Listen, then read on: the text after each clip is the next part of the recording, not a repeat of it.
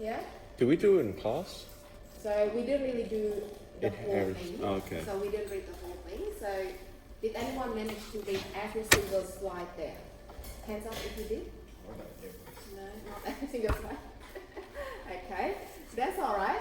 So we are going to go through the last a few different topics there. So then we are going to do the next part as well for today's example. Now, before we get to the new part, remember again the topic that we covered on Friday. There were quite a few different concepts, right? So we are looking at a few different things. How do we create multiple class files? And then how do we separate your declaration into different files? And then after that, we're looking at the namespaces as well. And then we are looking at the access modifier. We're looking at how to call the methods. And then some of these, they're actually not really new concept. But they're looking really new because we make them look different using different files. Now, so let's go back again. Have a look on the screen here, guys. So the new part that we look at is actually about inheritance, right? So when we start creating this application, we start by defining the base class. So we have a class that have all the common information and the common behavior. And the reason why we create this class is because we don't want to repeat our code again and again. So in my example, remember this again, we have a superhero class that should have the information about superpowers, and not just superpowers, we want to get information about the name and also about the HP value. So if you look at the superhero again, the superhero here is the subclass, or you can say the derived class or the child class, right? So this is the class that inherits from another class. Now, so when we talk about inheritance, we are talking about a base class that have all the common information, the common behavior that we want to share with all the other classes that inherit from this class. So what kind of information that's common? So you put that in the base class, like this one here. So the common information will be the name and HP. So no matter what type of character that we have in the game, they all must have the name and they all must have the HP value. And that is why we put the two properties here, because every single character should have these two properties here. Then, the other thing that we also define is the get details method. So every single character should be able to return its own details. So in this case, we are going to start by returning the only two information about every single game character. So that's how we started with our example. Then, the next part that we did is creating the subclass, or you can say derived class, or the child class, right? So to create the inheritance again, in the class declaration, we add the colon symbol, and then this is the name of the base class. So the base class could be called as the parent class or the superclass as well. So there are different names that you can use in order to refer to the base class and the derived class. Now, so what kind of extra information that we want to add to the superhero class? So this example here will show you that every single superhero should have superpowers in addition to the name and the HP. And that is why we define the superpowers property here. So anything that is specific to this type, that should be defined in that type. So every single superhero have the superpowers, but not every single type of game character has the superpowers, right? So in that case, you need to make sure that you define this only in the subclass. Then, what else do we want to do here? So if you look at the get details method, the get details method that we have here is actually the same get details as the base class. But we want to change the definition of the method. So the behavior of this method should be different, because instead of returning the two information that we inherit from the base class, we want to be able to return the current class information as well.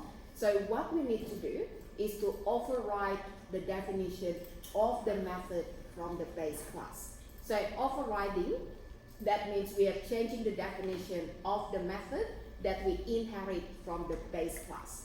So remember again about the two steps here. So the first thing that we have to do is to mark the base class method as virtual method. So you go back again to the base class, and then we specify that method as a virtual method. So once you added the keyword, then you can override the get details method in the subclass. So in the superhero class, we need to use the keyword override in order to change the definition. Now, if you think about the values that we want to return here, we want to return the name, the HP, and also the superpowers, right? So in order to combine all of the information, we perform string concatenation. So we have all the plus operators here, and instead of repeating myself again, rather than saying name plus space plus HP, what I want to do is to call the base class get details in order to get the same information as what I wanted to get. So how do we do that again? So base.get details is going to return this information here. Yeah? Yeah. Can you move that to me? Yeah. Okay, so let me restart that. Is there any reason why it's called virtual? Yeah? Oh, there's a keyword that we use. And base is also a keyword, right? Yes. Okay, so that is again base.get details, and that is referring to the get details method in the base class. Now, so if you look at the keyword again, every time we are using base, it's referring to the base class, right? Yep. So when we're using like keyword base, we're referring to the keyword virtual, and by using keyword virtual, we're defining the base get details. Okay, so there are a couple of different concepts there. So the base keyword here is to refer to the base class. It has nothing to do with the method of the base class. Yep. So if you want to access the members of the base class, then you put base dot, and then you can put the member name. So that could be a property of the base class. That could be the method of the base class.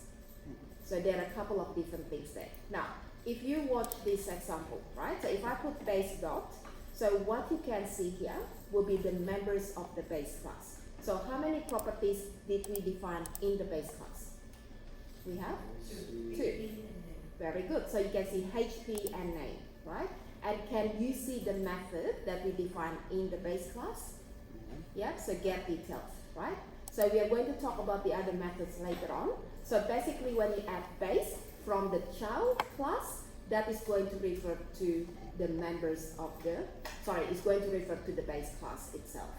And then if you put a dot, then it's going to give you access to the members of the base class.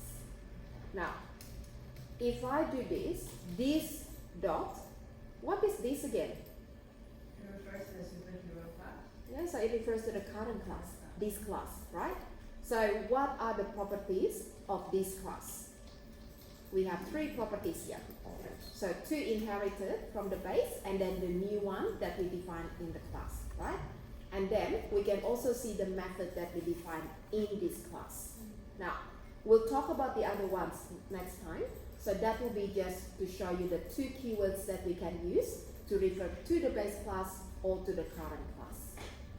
Yeah? Well, basically my question was about like keyword virtual. So I suppose like in my understanding, like we adding this keyword to define the base class, to define like method inside the base class. So the program could understand like where we should take it. Very good.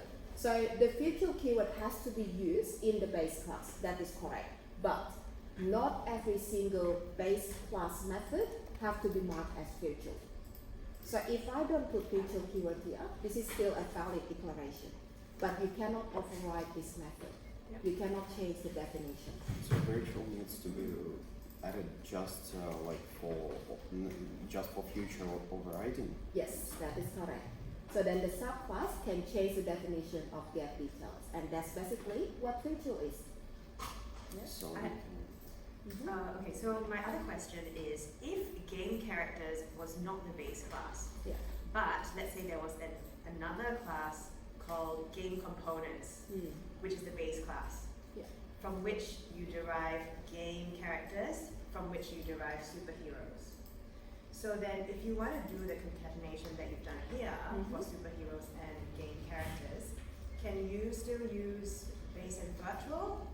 Or do you no longer use base because that is the parent class, but it's not the base class? Okay, so with the base keyword, it only goes to one parent up. Okay. Yeah? Yeah. So you don't go to the parent of the parent.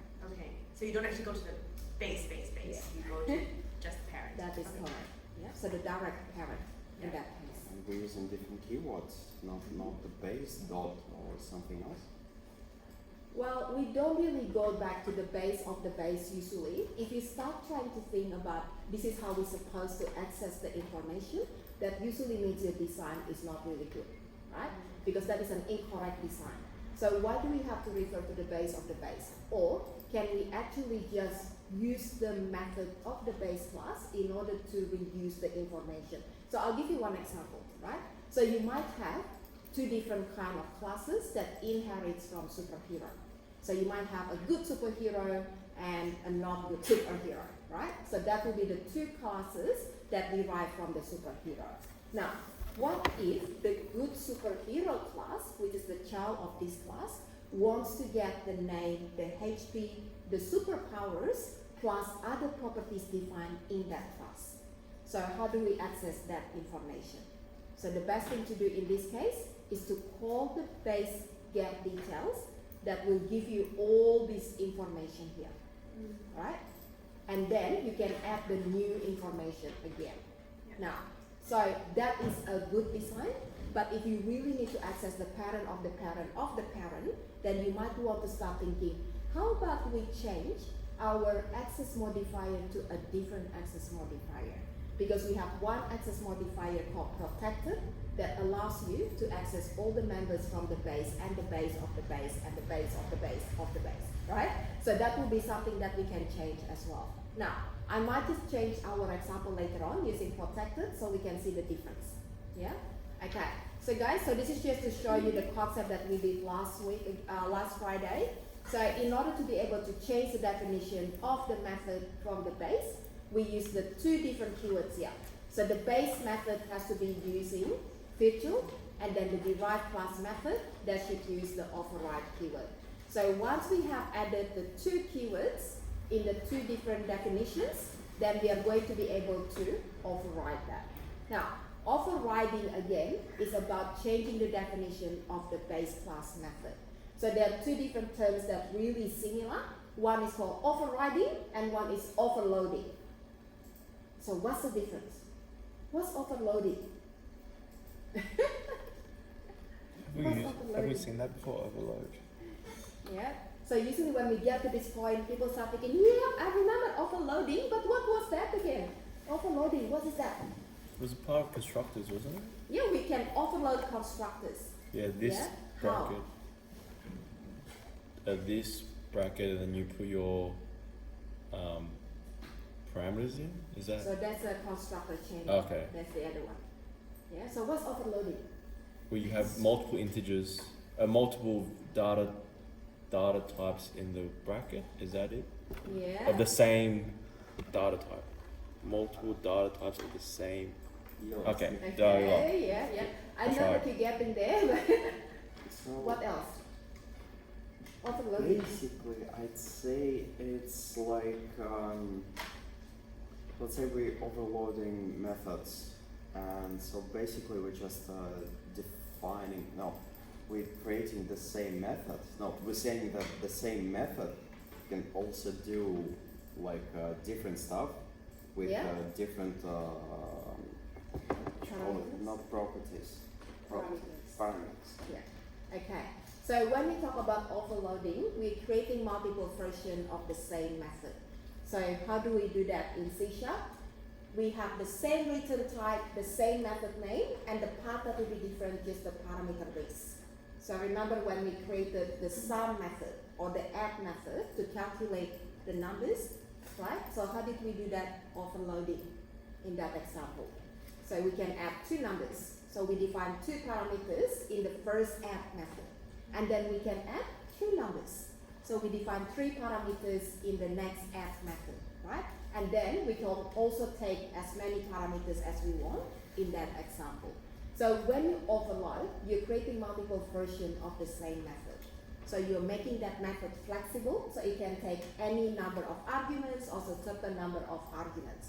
So the example that we always remember again is the console.writeLine method. The writeLine method in the console class is actually an overloaded method. Yes. Yeah, because we have so many different ways to call that method. We can pass a string argument, we can pass an integer argument, a double argument, or any other argument as well. So that is overloading. We're creating multiple versions of the same method. Now, what is overriding? I'd say we're still using the same stuff that's happening inside this, let's say, method, inside this method, and we're adding a little bit more stuff to it. So basically, we're just creating one more method. I'd say in this case in a different class, and we're using previous output, and we're adding one more output and combining it together. Just in this case, so we have the same data, and we can add a little bit more data to it. Okay, yeah. All right, so that is in this example, right? So what is overriding in general? It's complicated to explain. To take something and to change it. To change, very good. So if you think about overriding, it always has something to do with the base and the subclass, right? So we want to override the definition of the method in the base class, changing the definition of the base class method.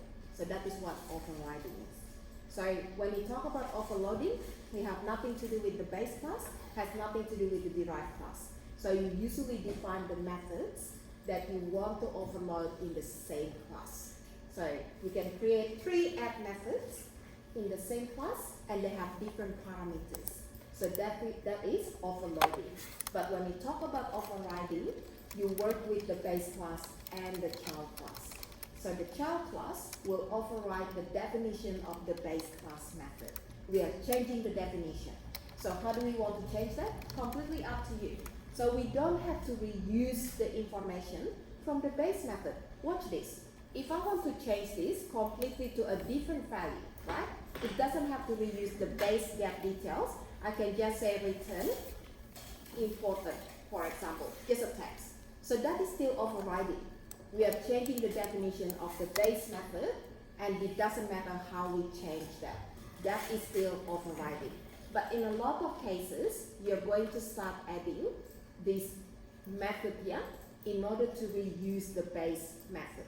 So you can use the definition of the base method, and then we can add more information to that as well. So that is the really, I would say, common use of overriding. So you can get the information from the base, and then you add more into that. But in some other cases, you don't always use the base.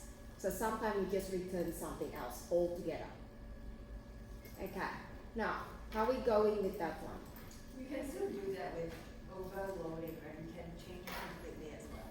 Yeah, yes, with overloading it can be completely different. So actually overriding and overloading are the exact same thing, except that one has to do with parent and child classes and the other does not.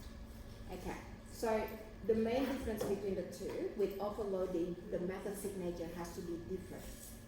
So what does that mean? The return type is the same, the method name is the same, but the parameter list must be different, right? So when you overload, you need to make sure that the parameter parts always change. When you override, the signature must remain identical. So how do you override get details method? You look at the definition in the base class. You're returning a string, and then the name of the method is get details, and there is no parameter, right? So to override, you have to use the same signature. So you're returning a string, and then the name of the method must be the same, and then no parameter as well. If you change the parameter part here, that is not overriding anymore. Yeah? So overloading, you must change the parameters, but overriding, you must use the same signature. Same name of the method, just a different class that inheriting stuff, the data from the parent class. Yep. Yeah, I think I'm slowly getting there. Yeah, good, good. So the more that we write the code, the easier that, for us to remember that, I would say. Okay, so that is just to revise what we did again. And remember what we also did last time. We created the helper class here. So the helper class will have two methods that we can call in order to do the testing, right? So what do we want to test here? So the first method that we created is an instance method, and the second one is a static method. Now, the only reason why I make them different is because I want to check again if you guys remember about instance and static methods and how to call them from another class, right? So that's the examples that I did in the last class. Then, have a look at each of the methods here. So each of the method is basically going to create the objects of a certain class, and then we call the getDetails method in order to display the information. And then after that, we also have another method here that will basically do the same thing. So the second method will create the instance of a class, and then we set all the information to that object, and then we display the details.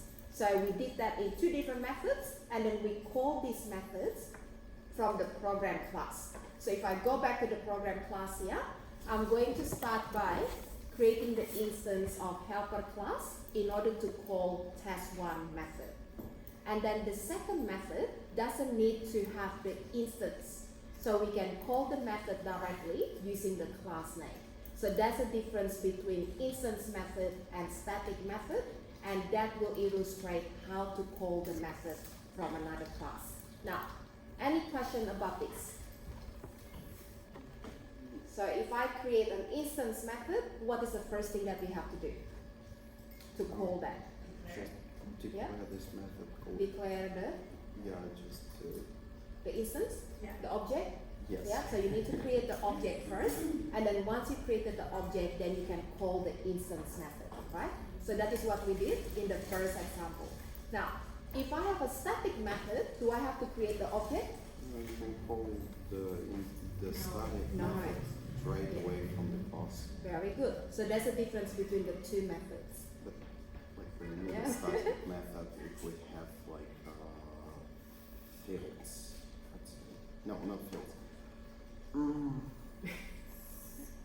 That's Yes. complicated. There's like a lot of terminology. Yeah, a lot of them. Okay, don't worry, Andre. So when you start using those terminologies, I'm going to correct you if you are not using them correctly. Yeah, so I will let you know. Maybe you should say this term because that's what you're trying to say. Okay, all right, guys. How are we going with this example? Any question? No? Are we okay? Yeah. Yep. Okay. Like in Now, general. so what I'm going to start with, I'll get everyone to actually follow my example, and then we go back again to our lesson note from last Friday. So guys, first of all, I want you to go back again to the game character class. And remember when we talk about, we should use a different access modifier in this example. Now, I'll tell you one thing that I want to change in terms of my design. At my current design, in my current design, right? What is the problem? My current design allows me to create a new game character object without actually specifying the type of the game character. So in this case, I could create a generic game character. So this is something that doesn't reflect the real world. So usually when you play a game, do you have the options to choose different type of game characters plus a generic one? Or do you only see the list of the specific type of game characters and you can only choose from there? It depends on the game. Yeah, it depends on the game. Usually we can generate, let's say this one. Yeah. So what if I don't want to allow a generic type to be instantiated? So let's say the user cannot say, I just want to create a game character, but the user have to say what type of game character. Are we going to create a superhero, or are we going to create a monster or something else, or zombie, for example, right?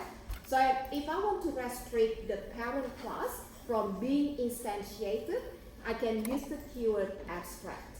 Now, the abstract keyword that we are using is to allow the class not to be instantiated. So in this example here, let's change the definition first. into public abstract class. So this abstract keyword again, abstract means cannot be instantiated. Okay, so type in the keyword abstract and then we'll go back again to our helper class. So back to the helper class and then have a look at the issue now. So, does this make sense? You cannot create the object of this class now because the class is an abstract class. Yeah? Okay, so let's comment out the code that we have in test 1 because now we cannot actually create the object of the parent class.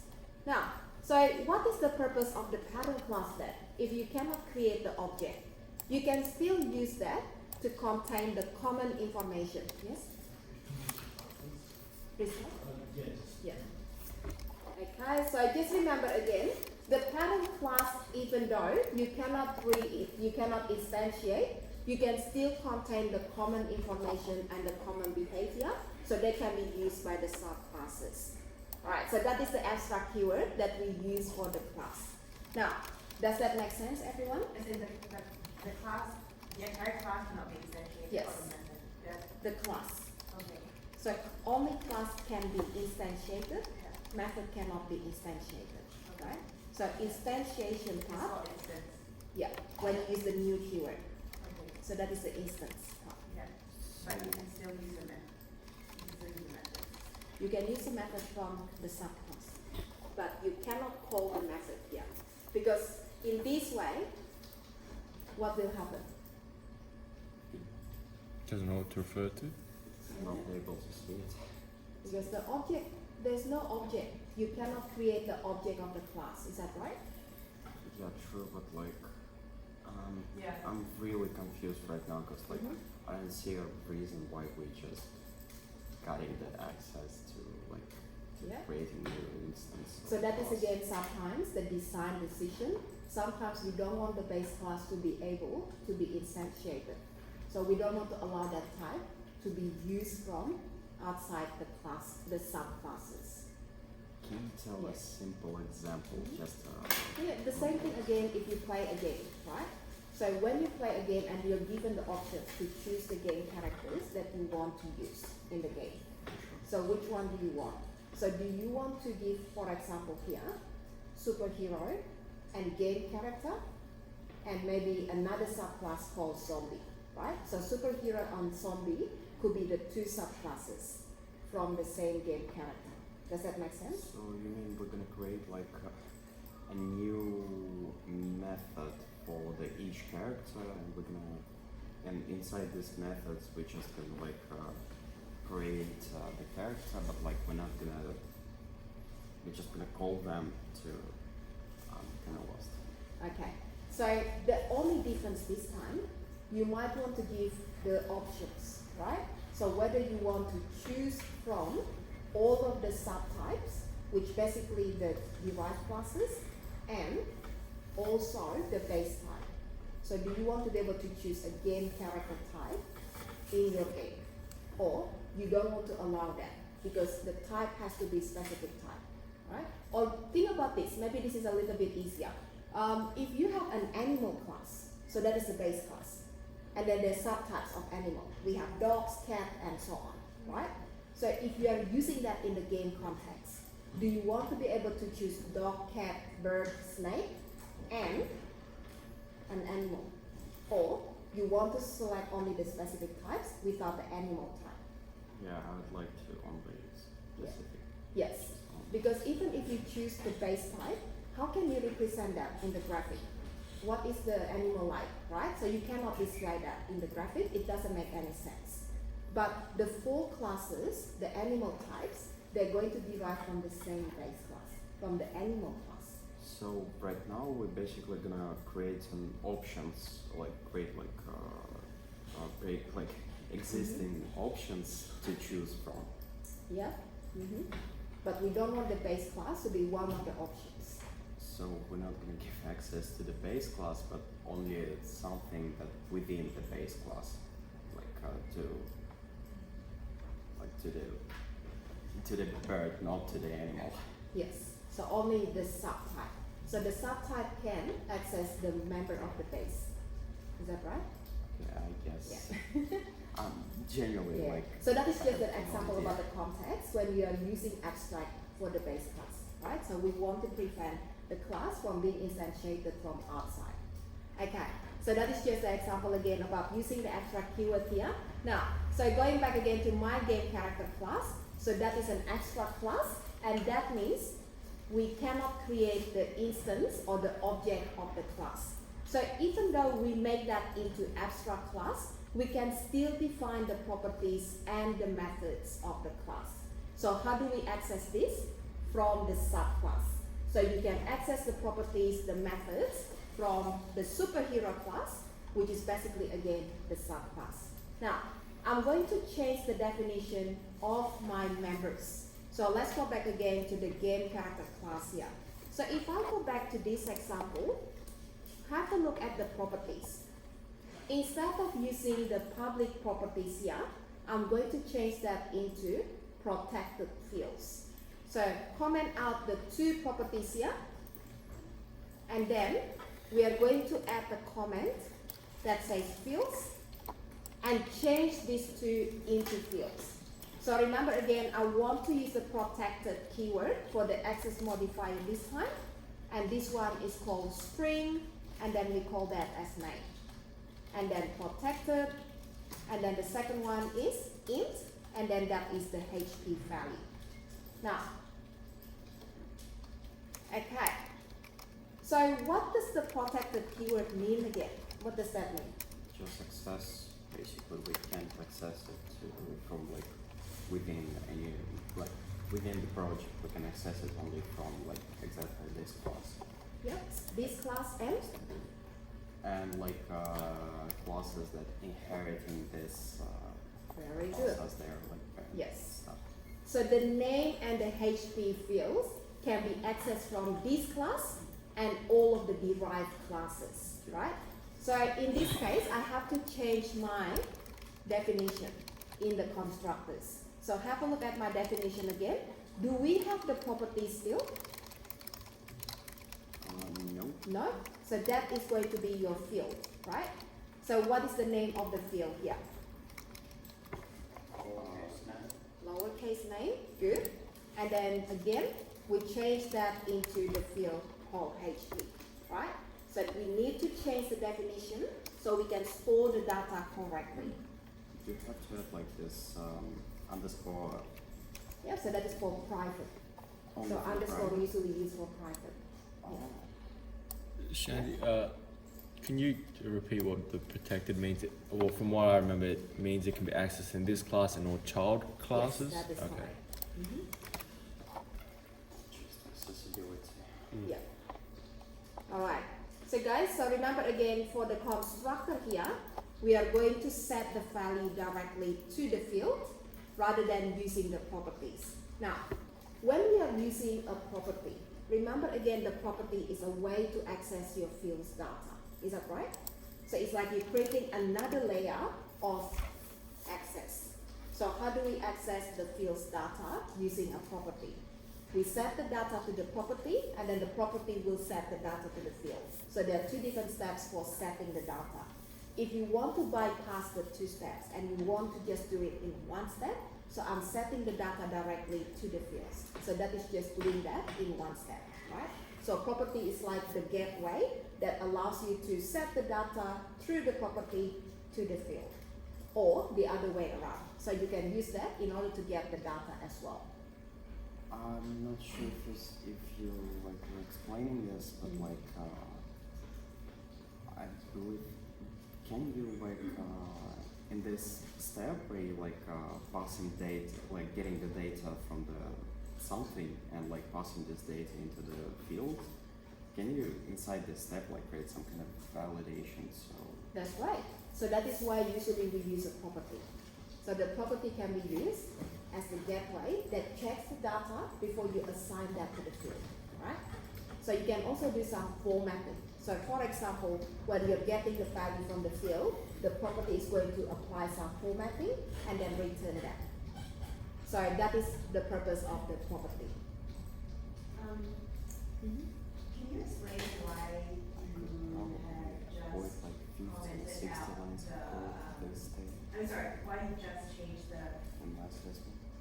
property name to field name? Okay, so what I want to do is to change this into a different way to access the data. Right, so rather than using a property, I'm directly using the fields. And that's it. Right. Okay, now, so remember again guys, with the properties, we're basically creating a gateway, right? So we cannot access the fields directly, but we have to go through the property to access the field. So that is your gateway. Now, if you don't have that property anymore, then you can access your fields directly. So how do we do that? We just use the name of the field in the current class, and then you can set the value to the field or get the value of the field. If you're using a property, then you need to use the property in order to access the field's data. So you're adding another step in order to access the field, right? So that is the difference between the two.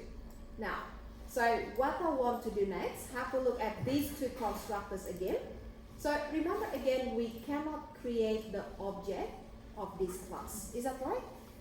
So what is the purpose of the constructor then? So why do we have to define the constructor? So that the child classes can use it. Very good. So they can be used from the child. So the child constructor can call the base constructor in order to set the data. Is that right? So that is why we have the constructors here. Now, so if you look at this concept here, what do we call that? Chaining, constructor chaining. Very good. So we are calling the constructor in the same class, right? So which constructor do we want to call?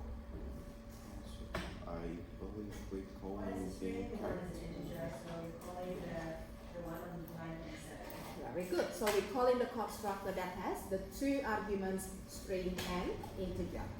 Now, so that is the example again. So what is the purpose of constructor chaining? Why do we do that? So you can reuse your code. Very good. Reusability again. Well done. Now, so does this make sense? Yeah? So constructor chaining? Okay. So let me ask you another question. How many different ways to create the object of game character if this is not an abstract class? 2. Two. Very good. So give me one example. How do we create the game character? Giving it a name and a HP value. Very good. And then the second way? Just invoking it. Yeah, very good.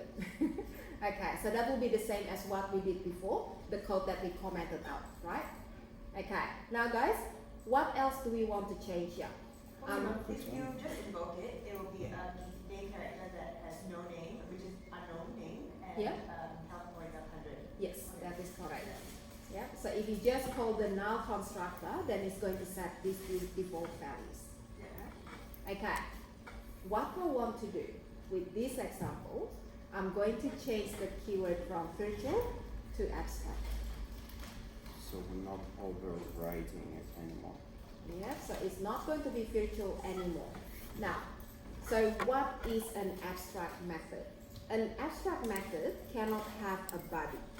So the first thing that we have to do here is to remove the definition of the method and then add a semicolon. Now, I'm going to add a comment here. So abstract method must be overridden in the derived class. Virtual method does not need to be overridden in the derived class. But you can do that also.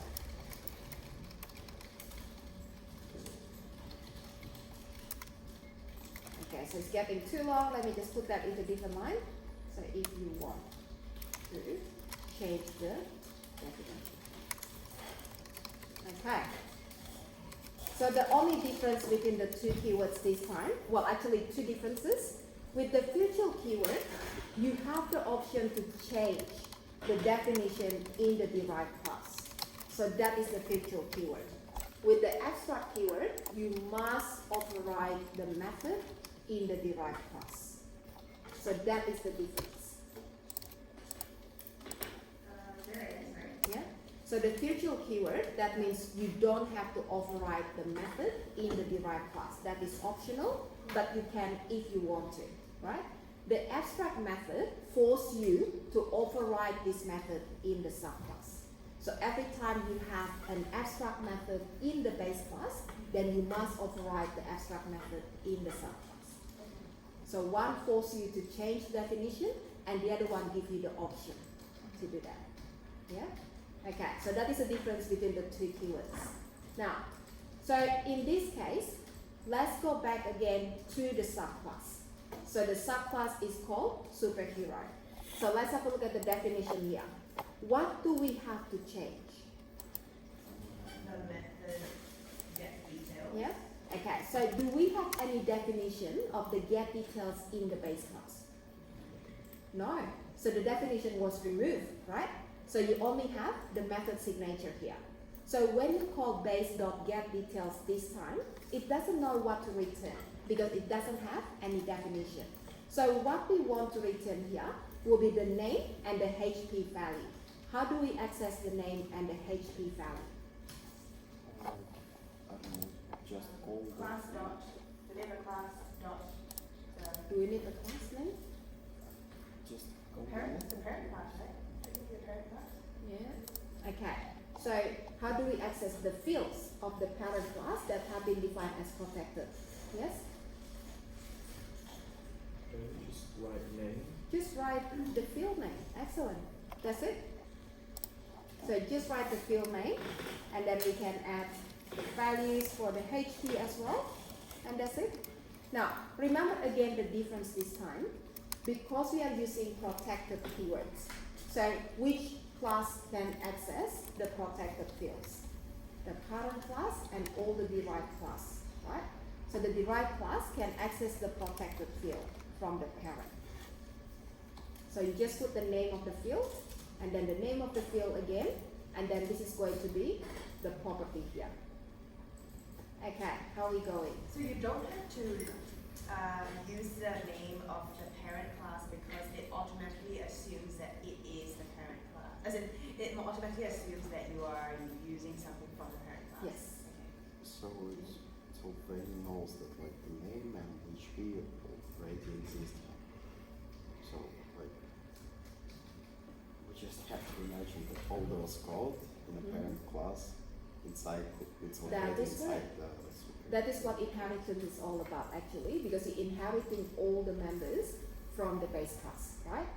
So the only ones that you don't inherit will be the private members.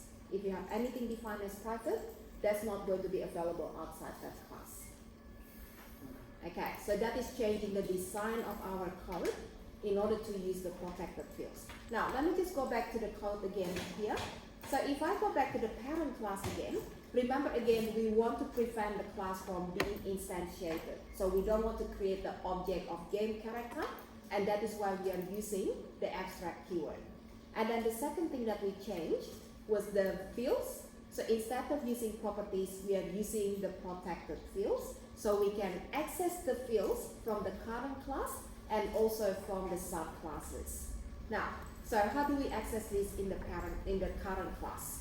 We use these fields in the constructor of the current class. And then from the subclass, we are going to use the fields in the getDetails method. So we can access the protected fields by the name. And that's all that you need to do in order to access the fields. So going back again to the parent class, the other difference that we have added here is the use of the abstract keyword. So the abstract keyword to define the method is going to force you to override the method in the subclass. Now, if I don't have this overriding, that is going to give you a syntax error. Can you see that syntax error here? And what does it say? Superhero does not implement the inherited abstract member getDetails. So that is telling you that you must override the abstract method called getDetails. So it forces you to override that now. So if you are using virtual, you have option. You don't have to override. Okay, I'm kind of lost. So Yeah. inside the game character, in our in our like parent class, Mm-hmm. we basically creating like abstract method. It's Mhm. called get details, and it does nothing, literally nothing. It just exists, so we can override it later. That is right. So what for if we can like just create a new one inside the I don't know. Okay, so the reason why we use the abstract method here, because we want to make sure that every single subclass will have the definition of get details. So every single object that derive, every single class that derive from this class must have the get details method. So right now inside the game character class, we basically just I forgot the word. Like basically we're creating like this playing class, and inside like inside the playing class we can create a logic for this method. Yeah, so we create a template basically, right? So we said that every single class that derive from this must have all this behavior, must have this information. It's a template. But you don't have to create the object of that template. It doesn't have to be usable at that point. So you only want to be able to work with that data once you work with the subclasses. Yeah, so that's a question? So if you don't use the word abstract Mhm. in 952, Yeah. does that mean that all the subclasses will not be able to use get details? Okay, so if I don't use abstract, first of all, I cannot just put a semicolon here, right? But because that is an incomplete method. So method must have the body. And then I could have something like this, return a string value, right? Yeah. And what is the difference this time? The method is defined, but we are not going to allow any overriding. So you're not changing the definition of get details from the subclass. So you cannot change the definition, right? And then another option, I want to allow overriding, so I want to change that. So how do we change that? Using virtual keyword. Now, so when you add the virtual keyword, you must have the body. So you must have the definition, just like before, and you have the option to override that. So go back to superhero, and if I don't have this one here, that is not a syntax error. Does that make sense? Because virtual allows you to override, but you don't have to. So that is not compulsory, right? So if I make that into abstract, that is a different story. So if I go back now to the game character here, and I make that into abstract. And then abstract means we don't have a body, right? And then what will happen now in the subclass? That is a syntax error because you must override the method. Does that make sense? So we can override abstract method from like literally any child class. Yes, So that we is can like in any child class, let's say we have 3 of them. Inside all 3 of them, we can say that we're gonna override it. Mm-hmm. Yep. And if you want, if you have another child class from superhero, that class can also override the get details method. So the child class can always override the base class method as long as the base class is a virtual method, an abstract method, or an override method. So you can override that further. Now, we are not going to work with 3-level inheritance at this moment. I'm going to stick with 2, right? So try to remember all of the rules that we have here. So what's the difference between using abstract method in the base and the virtual method in the base? What's that again? So accessibility, we can override this, we have to override this method, and we can do it only from the child class. Yeah. That's all like not for me. And the difference? It has to be overwritten, like it can't be like we can't just leave it plain or something like that. Michael? So virtually you can choose to override it, it's already defined, whereas with abstract you have to define it in the child class or grandchild class. That's correct. So one gives you the option to override, and the other one doesn't give you, you have to override that. So that is the difference. Now, so what I'm going to do now, I'm going to update my comment here. So the base class method should be marked as virtual, or the second option is to use abstract, right? So in order to override the base method, we are going to either use the virtual or the abstract keyword, and then in the derived class, you're going to use the override keyword. Okay, so how are we going so far with that? Yeah, okay.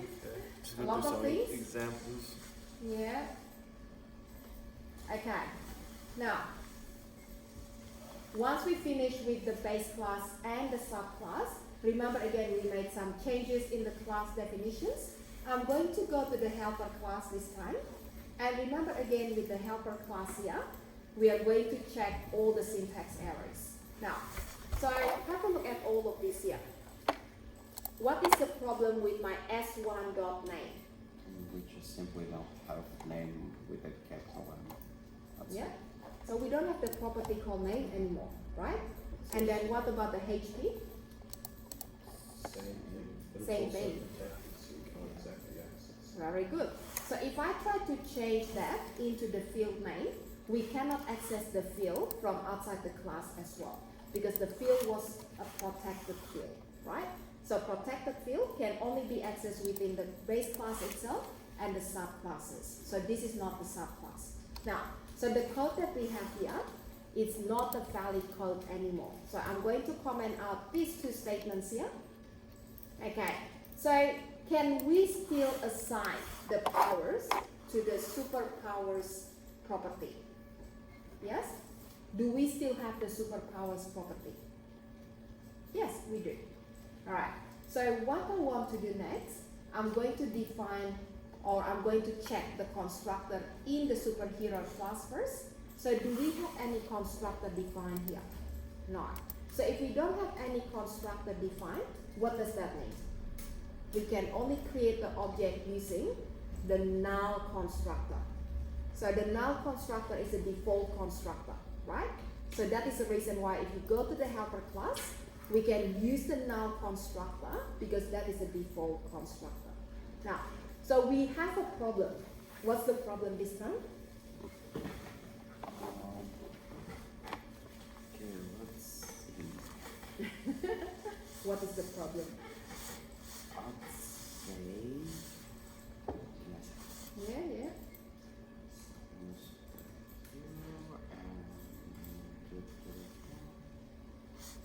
Anyone else as well? What do you think? What's the problem? Yeah? No idea? What's the problem? Superhero is a. Oh, sorry, no. Sorry. Okay, I'll show you the problem. So let me comment out these two. Right, so we're just going to call the second method here. So in the second method, this is what we want to do. We create the superhero object, we set the property value, and then we call the get details method. Have a look at the We problem. have new names or HP. Just have hours when. It's set to default version. Yeah. Okay. Can you see the problem? It's always gonna be default. Very good. So you cannot set the name, you cannot set the HP value of the superhero object. Why? Because we created the fields and they're protected fields. So they cannot be accessed from outside the class. And then, how do we set the name? How do we set the HP value? Would you have to create a constructor within the superhero class? Very good. So we create the constructor in the superhero class to accept all of these values. Right? So let's go back to the superhero, guys. Now, this time I'm going to define a constructor. So go to define a constructor here. So this constructor, CTOR, right, is going to take a few different arguments. So for example, string, name, comma, int, HP, comma, and then string, and I'm going to call this as powers. Okay. Now, what we need to do is to pass the two arguments data here to the base constructor, because the base constructor will set the name and the HP to the fields. And then these powers is going to be assigned to the current property in the class, right? So how do we call the base constructor? Colon, base, and then remember again we have two different constructors in the base class. So the null, and we also have the one with the string and the integer. So what do we want to pass first? The name, comma, and then what is the next one? HP. So we pass in the name and the HP values to the base constructor. So what will happen then? Have a look here. So in the base, we are going to get the two values, store them into the parameters n and h, and then the values will be assigned to the fields. So that's what will happen when we pass the data. Now, so then one other thing we need to do, we need to store the powers as well. So how do we store the powers? Superpowers, good, equals powers. Okay, good. All right. So we get the constructor now to set the name, the HP, and the powers, right? So superpowers is a variable. Superpowers here Yeah. is a property. Oh, right. Sorry. Yep. Okay. Now, so remember again, some of these data will be stored in the base, and some of them will be in the current class, right? So which one that define the name and the HP? So which class that defines name and HP? That is the base. So that is why you have to pass that to the base constructor, right? And then the next data that we want to store is going to be stored to the current property in this class. So we are using the property here. So imagine that this is not a property, this is a field, right? So we can change the property to a field, so we can store the data directly without using a property. Okay, so that is basically what we want to do, and then we change our example in the helper.cs. So go back to your helper.cs now. So what we have to do, guys?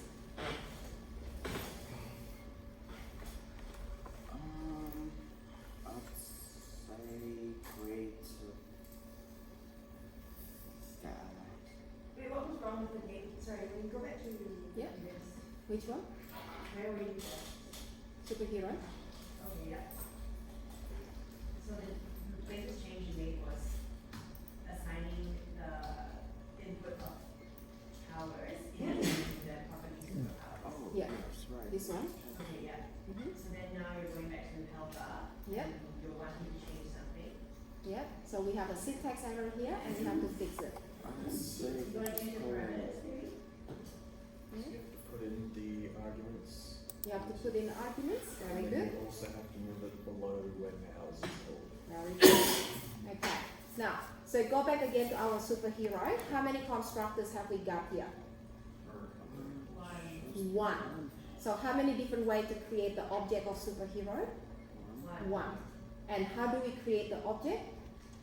You're gonna put string and then an integer and then an array. Very good. So that is the only way to create the superhero object, right? So in this case, that is not the right way to create the object. Now, what we want to do next, I'm going to move this declaration after the array. The reason why we move that, because we need to have the array defined before we can pass that into the constructor. Okay, so let's use the same information here. Superman, that is the name, comma, and then the HP is 1000. Oops, too many. And then the value that we are passing is the array, all powers, right? Do we still need to do this again? No. So we pass the powers array into the constructor. So that means this array is going to be stored to your superpowers field. So we don't need to set that again. So that is redundant, right? So you can comment that out. Okay.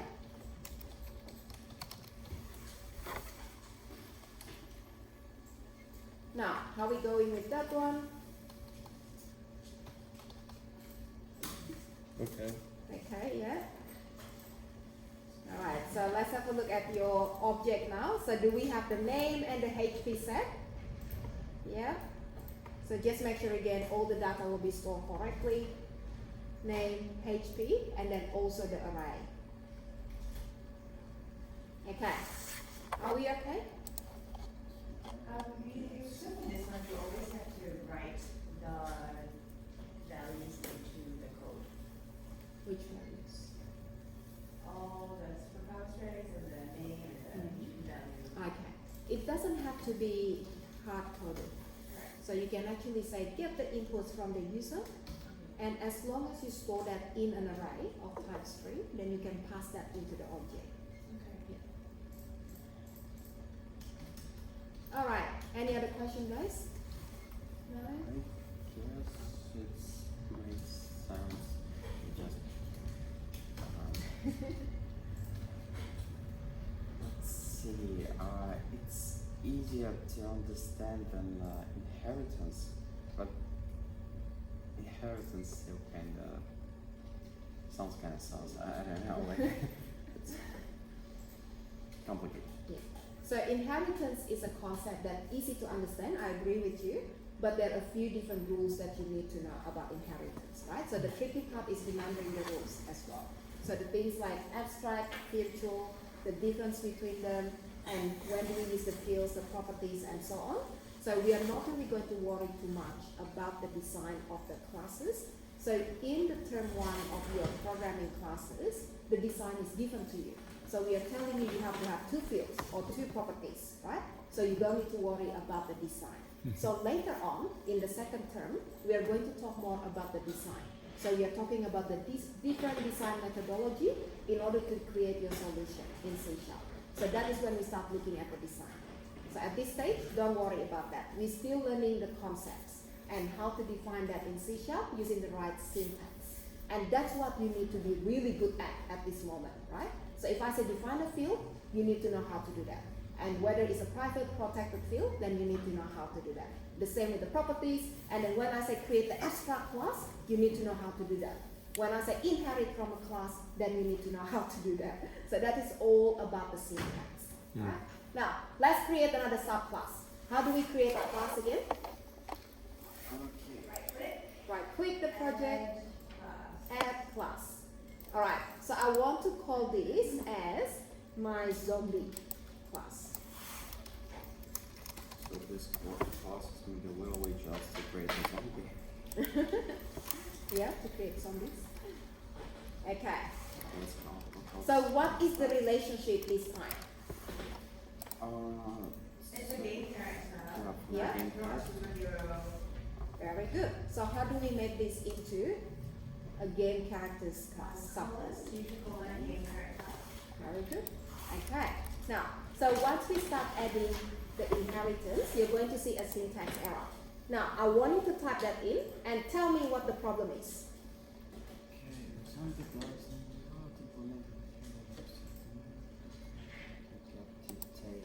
You have to include the So we have to details, abstract. Very good.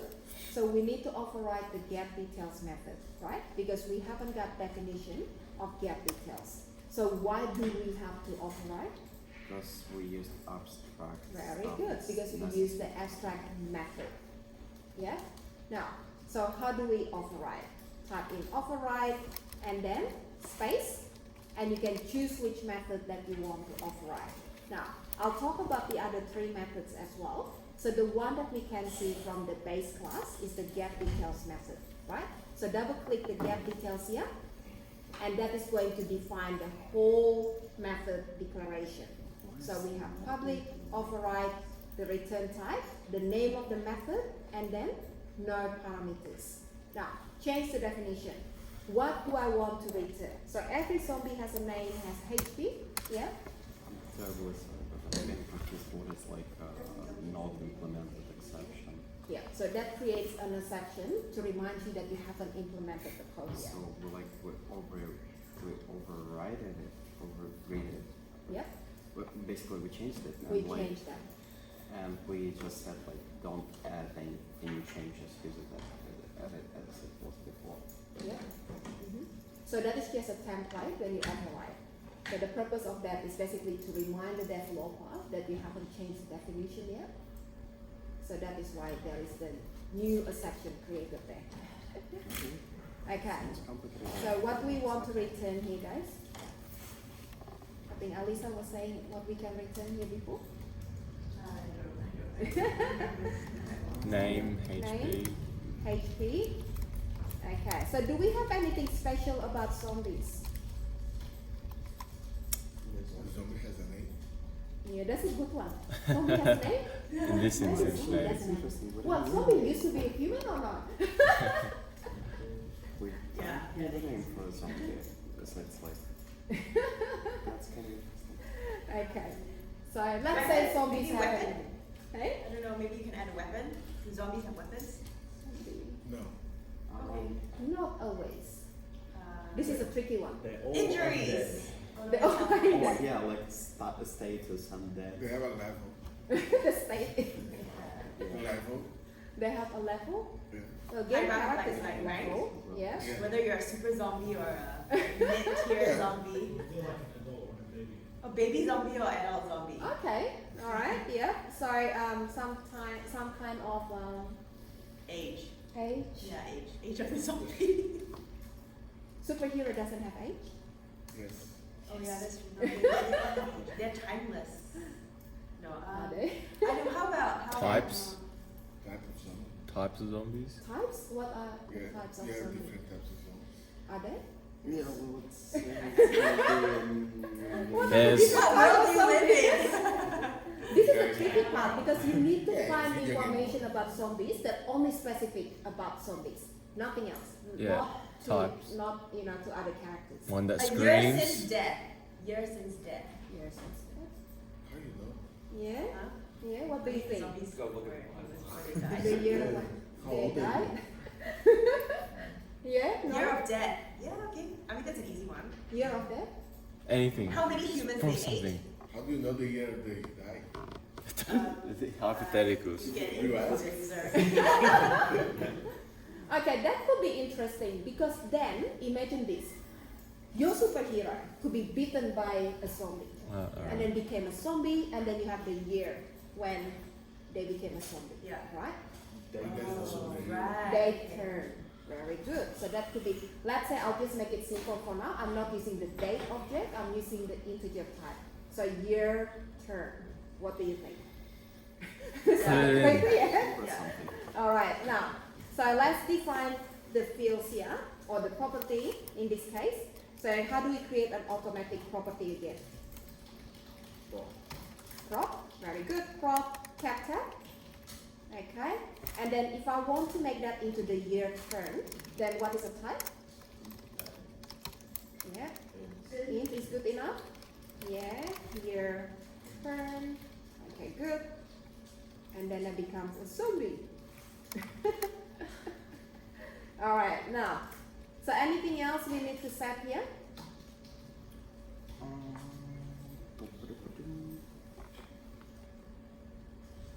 So what about the get details method? Do we need to change anything? Yeah, I'd say we just need to add like year, turn, Yeah. something. So we add that as well. Okay, good.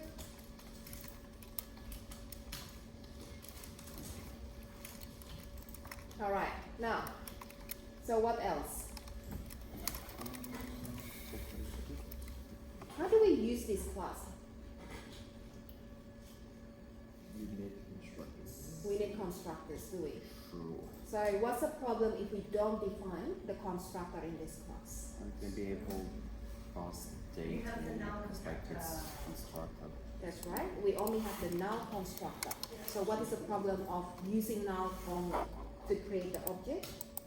We can't pass any data, it's going to be like fully constructed. Yeah, so we cannot set the name, we cannot set the HP of the zombie, right? So we're always going to use the default values for the name and the HP. Now, we can use the year turn property to set the value of the year turn, but we cannot set the other two values. So that is a problem that we have at the moment. All right, so let's add the constructor here. And then how do we define a constructor again? CTOR, and then tap tap. Okay, yep.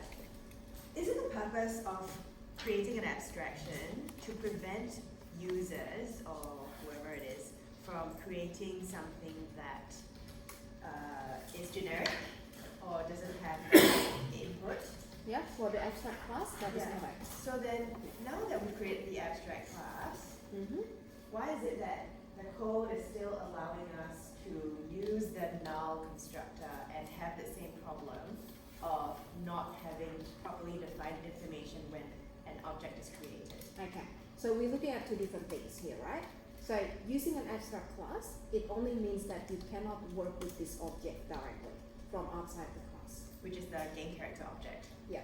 Okay. But then the child or the Yeah. derived classes from this class can also access the members Yeah. of this abstract class. Okay. So you can reuse the information in Yeah. that way, right? If you don't have the abstract class, so imagine you don't even have the base class at all. So then you have to define the name HP in Every the single two time. classes Yeah. that we have here, right? Yeah. So repetition. Okay. But the reason why there's a problem of Mhm. having a zombie that doesn't actually have all the information that a zombie should Yeah. have is because the zombie class is not abstracted. No. What was the thing that we mentioned last time? If you don't define a constructor in the subclass, the subclass will always call the which constructor? The base. The base null constructor. So if you don't add anything in here, right? What will happen when you create the object of zombie? It calls the base null constructor. So what happens in the base null constructor here? Very good. So it sets the values, right? So then that's the problem. I see. Because null constructor will call these values, will create these values, right? Now, so in order to fix that problem, then we need to be able to set the values somehow. So usually you can set the values when you create the object. Is that right? And that is why we create the constructor here. So what do we want to add here? What are the parameters? Yeah. So maybe we start with the parents' data first. String name. Name, integer HP, Yep. integer year term, let's say. Yep. Okay, good. All right. So what do we do then? Home, base, and name and HP. Very good. So name and then HP. All right. So we're passing the value of these two parameters here to the base constructor, right? So they're going to be set in the base fields. Now, what do we do with the year? We just passing our year to the year term, to the farm To the property. Yes. Okay. So we are getting the value of these parameter here and setting that to the property. If you change the string name into string name of zombie, Yeah. does that mean you have to change base name, HP to base name of zombie? That's correct. Yeah. Okay, So this name is referring to the parameter, right? So this one here. right. What if I don't want to use his name? If you don't want to use name, Yes, yeah. like So you if I create have another constructor. Mm. So that is the reason why we always do overloading usually for the constructor. Because usually we don't want to give one option to create the But object. then we don't use the base. If you don't use the base, No. okay. No, So no, then we don't use the base. Like, do the construction, but without the base. without passing that to the base constructor or without creating base class at all? Without creating base class. Without base class. Now, if you The whole don't class. create base class, You have to- where do you store the name and the HP? No, but let's say it doesn't have a name. It doesn't have a name? Only HP. Okay. So then in that case, if you don't have a base, you have to define the HP as a field or the property of this class. Because otherwise you're not We going to create a store new that. one. Yeah. But that could be a design issue because if you have another class that has HP as well, so you're repeating the same kind of data, and that is why we should have the base class. So they have all the common information. Okay, so it's really hard to see in certain scenario because you don't really see the repetition.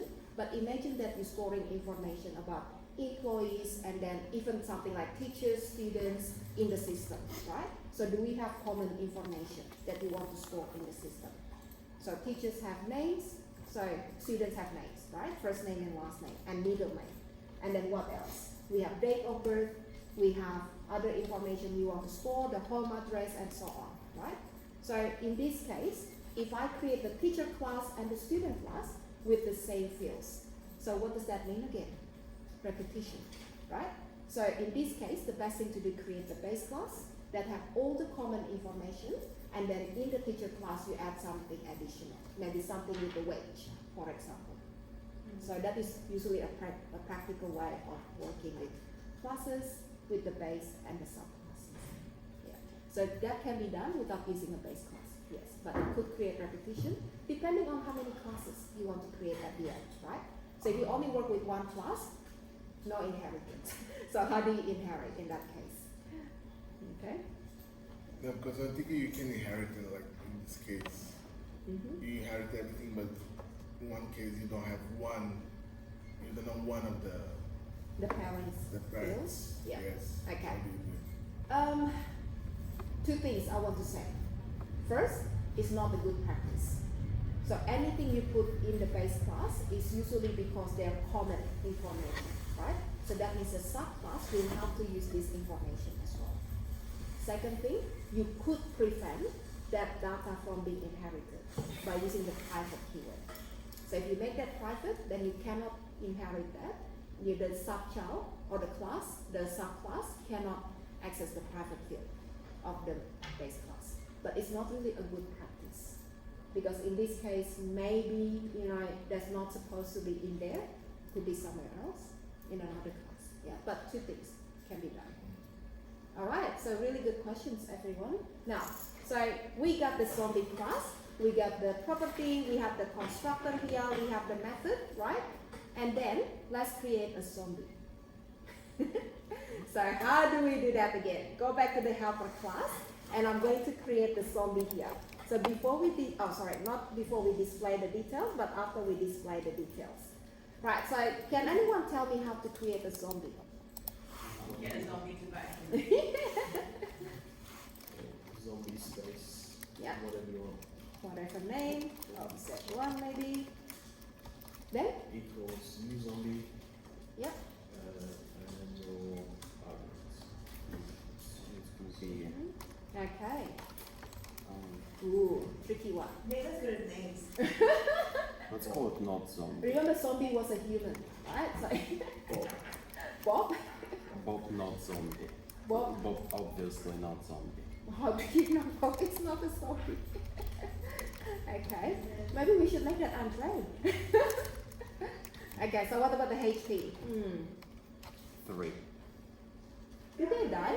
Did they get zombie? It's a really tricky question actually. Do they have health even? Like what is that for them? It's amount of damage that they can take. Certain damage they can take? Yes. Is it? Yeah, I said they have many levels. Okay, so what would be the HP for Bob then? Yeah, I said 3. Minus. Let's just say 15.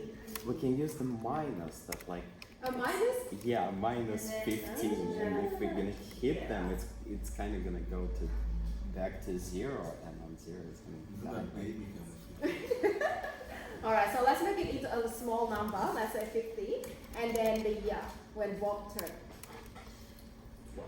2002. 20. Let's make it this year. So Bob just turned to be a zombie. The Yeah. COVID experience. COVID makes him a zombie. That should be the year 2022, 2020 in that case. That's when everyone became a zombie, isn't it? Alright, so guys, let's display the details of this zombie here. So what do we do again? Z1 dot get details and Yeah. empty parentheses. Very good. Okay, so let's run it. So remember again, we're just going to call the second method here, so test 2. And then have a look at the details of superhero, have a look at the details of zombie. right? So let's have a look. Superman, 1000 HP, flies, his friend, ball, 50. Look really sad for the second one. Died couple of minutes ago. Okay, so are we okay with the declarations so far? Yeah? Yep. Yeah, roughly, yeah. Okay, good. Now, so let me tell you something interesting, right? Remember when we say that, hang on a minute, the superhero could be beaten and becomes a zombie. Is that right? Now, if I want to make something like that in the game, in my application, so how do I make Superman to a zombie? I'd say I'm gonna add to the superhero one more, let's say, parameter, and it's, or property, and it's gonna be like Actually, it's beaten. simpler than that. Could you delete Superman from superhero and then Wait. put it into zombie? Okay, so typically, very good point there. Typically, this is what we need to do. So S1, that is your superhero object, is that right? Yeah. Yeah. So if you want to make that into a different type, typically this is what we need to do. So we make that into a zombie. And then we set the name, the year term, and so on. Now, this is not going to work at the moment. So I'm going to tell you the reason why, but let me just put the details here. So this is again Superman, right? And then what is the HP after he gets beaten? 2000. Ooh, stronger? Yeah, stronger. Okay, so let's say the year is 2023, right? Zombie. Now, so the problem that we have at the moment is because, have a look at the message here. Zombie to superhero.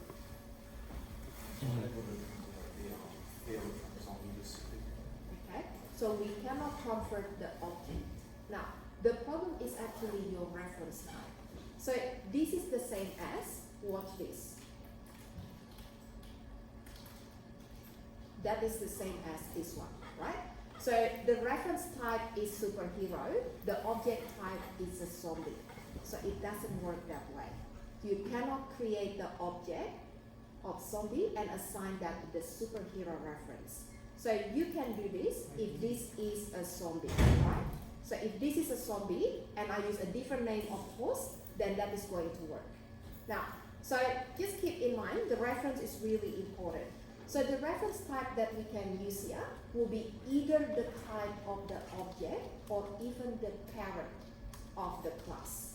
So in this case, I can either make the reference as superhero or I can make that into the parent of superhero. So what is the parent class of superhero?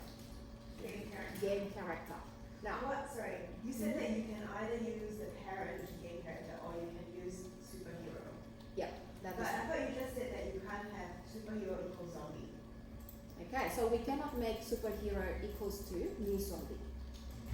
Yeah. Yeah. Okay. But the reference type that you use here could be either the same type as your object or the parent of that type. So we're creating a new a new object with a different class.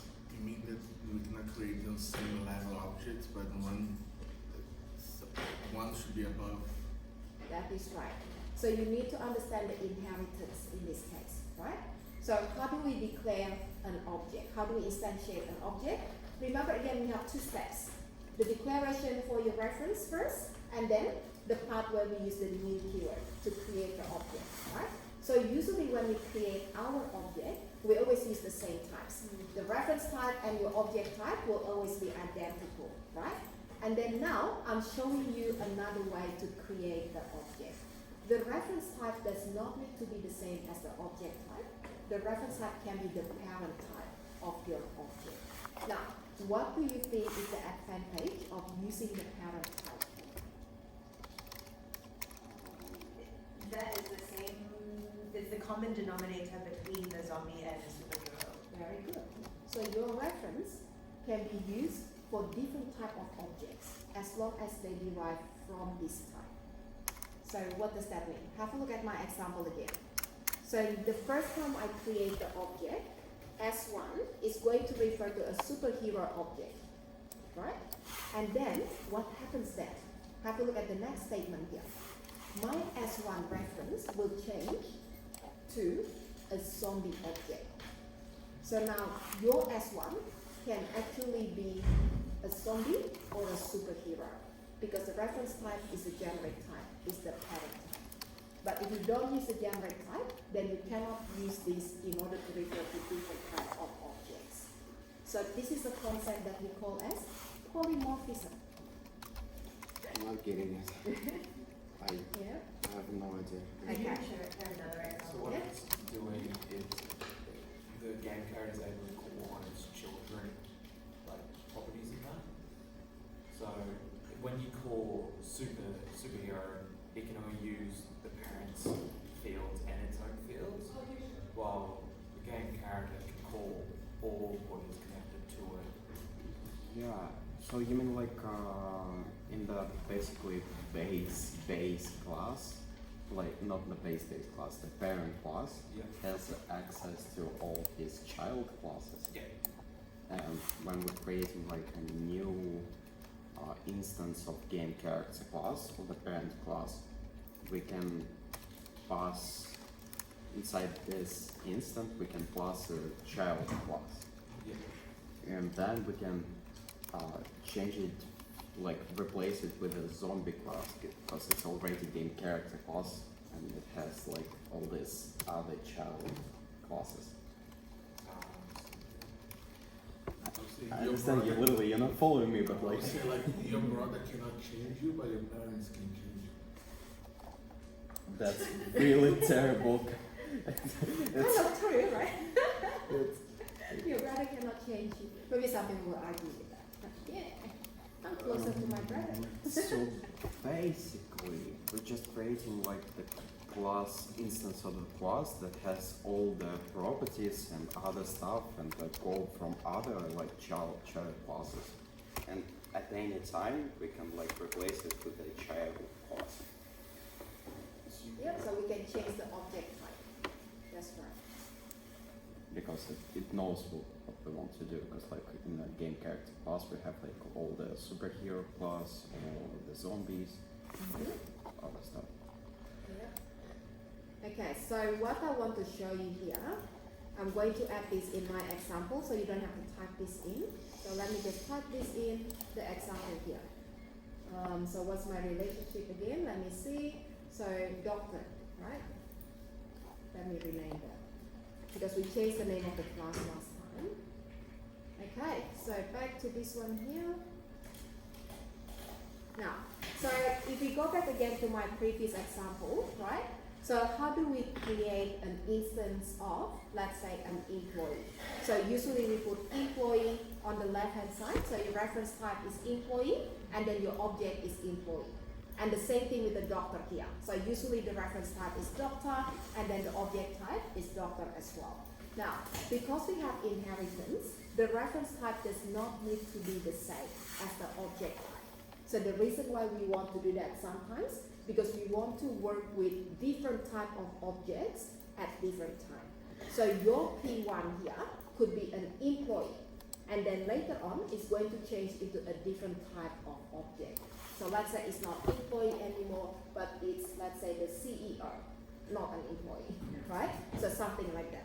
And the same goes with P2. So maybe P2 is not going to be a doctor anymore, so the person changes the position into a different title. So that is going to be, let's say, a nurse. So that's going to change into new nurse. Now, so that is the example that we have here. So the reason why that works, because we have inheritance and the concept of polymorphism, that basically means manifolds. Now, in this example here, how can we say there are two different ways to look at P1? P1 is an employee and a person. So there are two different ways to look at the same reference. And then the same goes for this one here. So what is P2? P2 is a doctor and a person, right? Okay, now, is P2 a person? How do we know that? We can see the reference type. How do we know if P2 is a doctor? We look at the object type, right? So if I just do something like this, doctor, D1 equals to new doctor here, right? So D1 is a doctor, and that's it. Is that right? So we are not using the polymorphism behavior in this case. So one reference only for one type, not for multiple types. Okay, so the reason why we want to know about polymorphism, because I can use this behavior to store multiple objects of the derived class into the same array or the same collection. Now, this is the part I want you to type in, guys, and then after that we'll have a break. So I'm going to create a list to store my superhero and my zombie. Alright, so what is a list type? A list type is like an array, it's a collection. So in order to create a list, we start with the keyword list with the capital L, and then we can specify the type of the objects. Now, if I want to be able to store both the zombie and the superhero in the same list, I cannot make the type as zombie, because this zombie can only store zombie objects. If I want to be able to store both types, then what do you think is a type? Game character. Very good. So we are going to use the parent type in order to store all the different game characters, right? So let's say I call this as my list equals to new, and then the list of game characters. Now, so when you create a list, you don't have to specify the length. So with the array, the length has to be specified when you create the items, right? So with the list, you don't have to. So how do we add one object at a time? So, my list dot add, and then brackets, and we are going to pass a reference to one of the game characters. Now, in this case, I want to pass my superhero. So what is the reference for superhero? S1. So that is my first object there, and then I'm going to add the second one. So what is the second one? Yeah, so that is going to be C1. Now, to make it interesting for now, I don't want to create a zombie yet. So there will be two different types, right? So S1 is not going to be a zombie. You can uncomment that later on. So I want to keep S1 as superhero, and then I want to keep Z1 as a zombie. So we have two different objects here. Now, once we have added the two of them on the list, we are going to display how many items in the list. So to display that, we can use a property of the list. Now, so let's start with $, and then the quotations, and then say we have, and then the name of the list dot count. Okay, so that's how many items that we have in the list.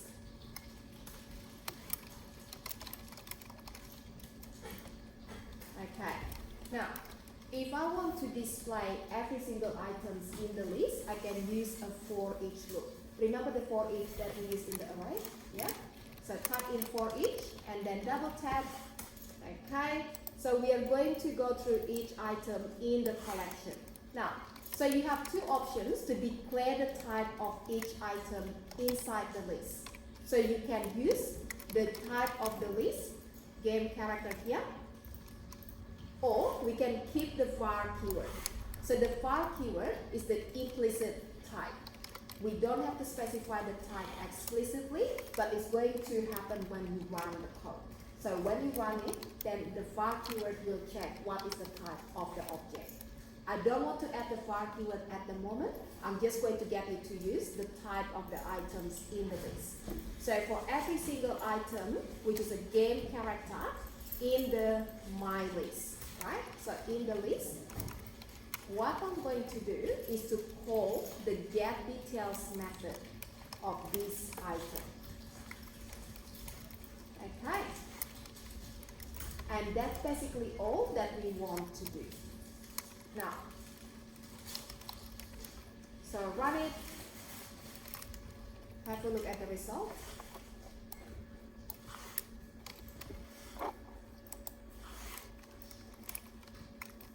Okay, so can we we see, let me just bring that up as well.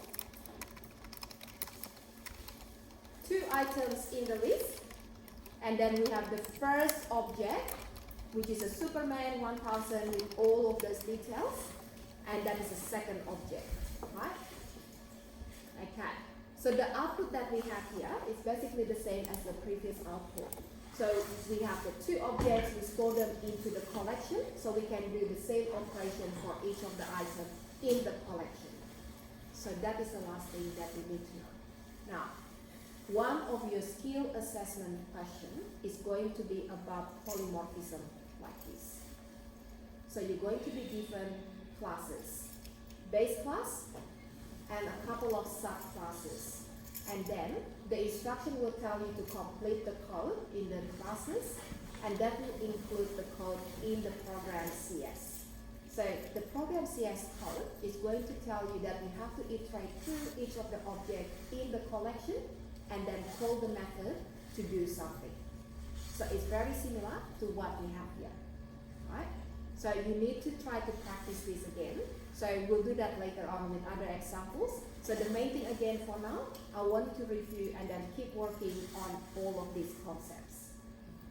Okay, so that's basically to finalize my example. And again, one of the questions in your skill will be very similar to this. Okay, any question about this? Maybe I missed it, but like, what's the difference between list and array? Yeah, okay. So list, it doesn't have a fixed length. You can keep adding items to the list. So basically the same thing, but without like fixed thing. Yeah. And how does this work? Because like if we like creating a new array, we're just creating a new, let's say, spot in the memory and like all this stuff without expensive operation with the list. Yeah. Like, we're So able to change it. Yeah, so you can change that, but it's also going to be an expensive operation. Okay, Because so- every time you add it, it's basically just adding, creating the new references. Okay, so List, there's no I got the difference. polymorphism. Yeah, for the They're list. ready for the skill. But you know, list is just an array. No, Okay. because internally it uses an array. To call one specific number of the list, you do the same thing as the array.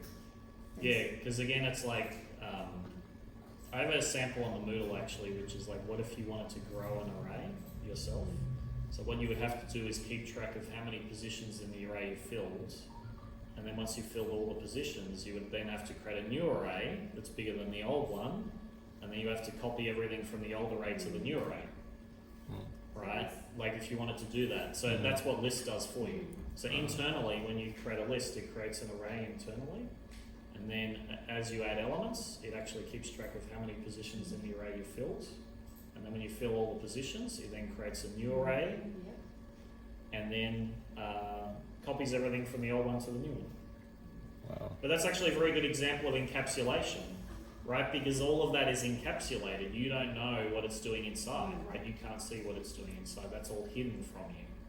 You just use that public interface, right? All the public methods. And that's why we do encapsulation, because you don't, all that internal stuff, they could change how lists work internally, and your code that uses lists wouldn't have to change. So it's basically an array. Yes. We don't like so simplified array. So more like a JavaScript array. Oh yeah, like where we can Yeah, just or basically if, I don't know if anyone here ever did cert3 in one Python, but they have lists in Python as well. We can append the original. Okay, so we'll go back to this again. Interesting. And then Thank you I very think much. we can finalize this after the break. And then more practice, more practice, more practice. And then we look at your assessment as well. We're gonna have Python in the blog. Not in the